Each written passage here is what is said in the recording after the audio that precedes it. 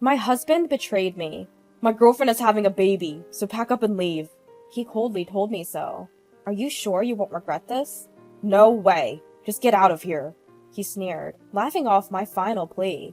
If that's how he wants to play it, I no longer have any obligation to consider his feelings. I accepted the divorce and moved back to my parents' house. But at that time, I didn't know what was coming next. Who could have imagined that the very next day, he'd be at my door, begging for forgiveness? My name is Lily. My father is an executive at a publicly traded company. After graduating from university, I got a job at a company run by one of my father's acquaintances. It was nepotism, yes, but I worked hard to learn the job so as not to be the subject of gossip. Eventually, my colleagues and seniors began to accept me. I even started to enjoy my work, spending my days in a fulfilling way. Meanwhile, my father seemed worried that I, being totally devoted to work and lacking any romantic relationship, was living a one-sided life. He introduced me to a man named John, who was the most capable among his subordinates, and arranged a dating between us. John is the most successful young man in the team. No, it's all thanks to my superiors and seniors who guide me. My father and John seemed to trust each other. At first, I agreed to date John out of respect for my father, but as I got to know him, I began to think that marrying him might bring happiness. As we went on several dates, I admired how he took the lead. Yes, I was gradually drawn to John. Once my father realized how I felt, he encouraged our marriage. John, honestly, what do you think of my daughter? Well, I am dating her with the intention of marriage. Everything progressed smoothly after John announced his intention to marry me in front of my father. Every time they met, my father and John would happily discuss wedding venues and plans for a new home. Seeing my father like this made me feel that getting married might not be a bad idea. Before our marriage, John gave me a condition. I want you to quit your job and become a full-time housewife. I was reluctant to give up my beloved job, but I really wanted to marry him, so I decided to accept his condition. As soon as we got married, John's attitude towards me changed. To be honest, I didn't want to get married this early. I couldn't believe what I heard. Huh? But you were considering marriage. That's why you agreed to meet me. I only agreed because your father asked me to. I can't refuse my boss's request, can I? John continued with a frown. With your father so enthusiastic, how could I refuse to marry you? Besides, marrying you should secure my career advancement. So you married me for career advancement? Of course! Why else would I marry a boring woman like you? He scoffed. I was left speechless. I had quit my job and had no income. I had lost my confidence and couldn't retort. Eventually, he stopped coming home and began to frequently go out drinking. When I asked where he was going, he simply said, "It's none of your business."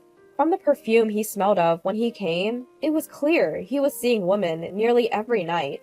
Yet he showed no signs of having an affair with a particular woman. It was probably just business related. I convinced myself. As the wife of a capable man, I thought I had to tolerate this kind of behavior. I tried not to think about it as much as possible. Still, it was a fact that I was struggling with a marriage full of forbearance. I wanted to spill all my troubles to someone, but having quit my job and distanced myself from my friends, I had no one to confide in. If I turned to my family, my father would surely worry excessively, and it might affect John's work. I had no choice but to suffer in silence. Around this time, John was promoted to a division manager at an unusually fast pace. I was glad I hadn't brought up anything strange to my father. Hearing about his promotion was a relief to me. With the promotion confirmed, John had been in good spirits at home lately. Although he still rarely came home, the reduction in his sarcastic remarks and criticisms alone was a blessing. However, I realized that John's cheerfulness was not only due to his promotion. While he was in the bath, I accidentally saw a notification on his unlocked phone. I had so much fun today. I miss you already, even though we just parted. I'm looking forward to our sleepover this weekend. It was a message filled with heart symbols. A message clearly from someone he was having an affair with. The text read, "This weekend is a sleepover." He had told me, "I won't be home this weekend due to a business trip." After confirming John's infidelity, I checked the name of the sender. The sender of the message was someone named Kathy. Afterwards, I decided to find out who Kathy was. Fortunately, John seemed to have no idea that I knew about the affair. He continued to exchange lovey-dovey messages with Kathy without even setting a lock on his phone. From their messages, I was able to determine Kathy's address and full name. Kathy Brown? The name rang a bell, but where had I heard it? As I was desperately trying to remember, a photo of the two of them was sent to John's phone. When I saw the picture of Kathy, I inadvertently let out a gasp. Kathy was the daughter of the president of one of our clients. I had met her once at a company party, and her flashy dress had left a deep impression on me. I couldn't believe that John's affair was with Kathy. It was hard to believe, but the photo, name, and place all matched. There was no doubt about it. But Kathy, I remembered the rumors about her. I had to tell John the truth. I told him I had something important to talk about and asked him to come home early. Unusually, John came home without protest and started talking before I could say anything. "I actually have something to tell you too," John said with a solemn look on his face. "My girlfriend is pregnant, so I've decided to leave you and be with her." What? He had taken the initiative before I could talk to him. His girlfriend must be Kathy. But she's pregnant? To my surprise, he said, "It's already decided. I've always been appeasing your father, but after meeting her, I realized how pointless my marriage life with you was. She is the one who's suitable for me. Not a woman like you, who has nothing to offer. She has everything." "So, you're divorcing me?" "Yeah, that's right. You need to leave this house." I asked John, thinking it was my last chance. "Are you sure about this? You won't regret it?" At that, John burst out laughing. "Regret? There's no way, right? Let me tell you something good. My girlfriend is the president's daughter. She's in a different league from your father, who's just an executive." "Didn't you respect my father?" "Respect? That's just a pose for promotion. If I marry her, I'll become the next president of her company. I can quit my current job anytime, huh? In other words, I no longer need to butter up your father." I don't mind if he ridicules me, but I thought he would be sincere about my father and his work. I can't believe he didn't even have that much sincerity. The moment I found out that, my feelings towards John cooled off. "So, I won't say anything anymore. Do as you like." "Yeah, I'll do what I want to do. You don't have to tell me to do." "Huh." Even though I didn't ask, John began to talk about her incessantly. "She never told me she was pregnant. Was she considerate of my marriage?" "Then how did you find out she was pregnant?" "I happened to find an echo picture in her bag. She probably intended to give birth alone out of consideration for me. What a courageous woman." Completely smitten with Kathy, John was determined to divorce me as soon as possible and proposed to her. He even prepared the divorce papers. If that's what John wants, it's actually convenient for me. I'm tired of seeing his face too. John signed the divorce paper with satisfaction and immediately submitted them to the court. After he was gone, I quickly packed my stuff and headed for my parents' house. And so, my married life with John ended just like that, I thought. The call from John to my mobile phone came the next night. "Lily, where are you now?" "Where? I'm at my parents' house. What's wrong?" "At your parents'. I see. Can you come by to the nearby diner right now? I have something important to talk about." "Why don't you come here if you have something to talk about?" "I can't do that. Please come. It's a request for a lifetime." Reluctantly, I headed to the designated diner. There was John, who had completely lost his energy. As soon as he saw my face, he said, "Lily, get back together with me." "What?" I got stunned, but John began to speak, painfully. "Actually, she turned down my proposal." I swallowed the words. I knew it. "She had a fiancé that her parents had arranged. From the beginning, I was just a game to her." "Yeah, I know."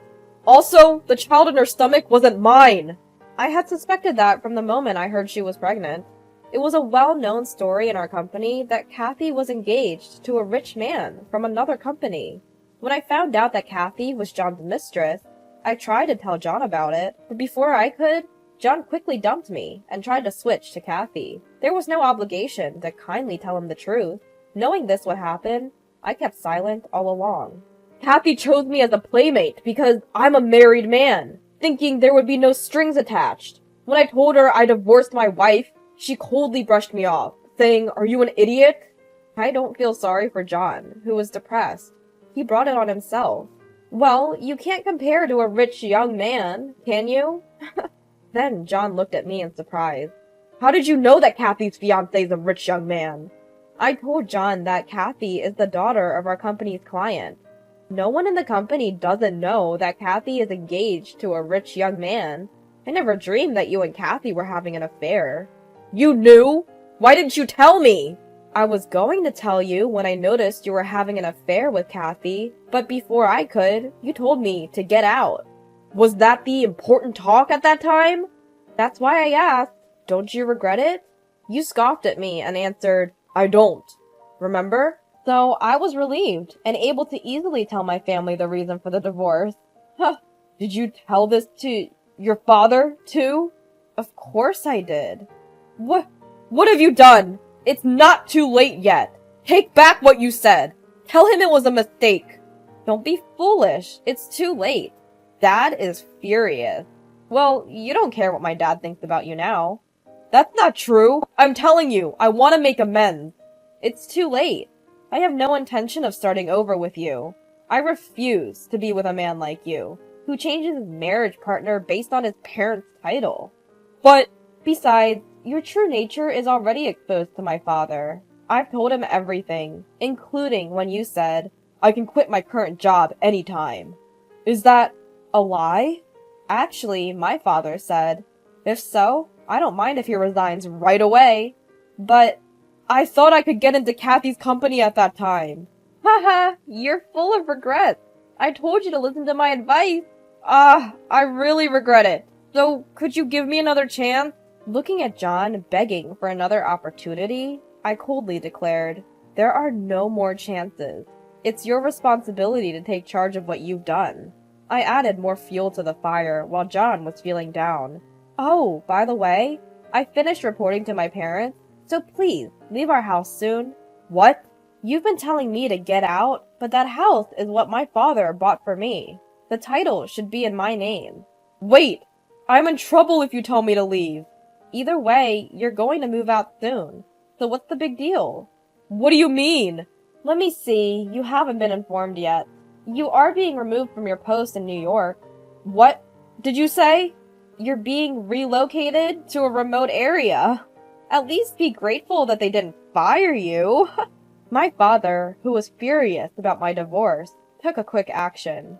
He immediately arranged for John to be transferred to a remote area far from New York. It was also a well-known department for layoff candidates. That's a mix of private and public issues. That's not true.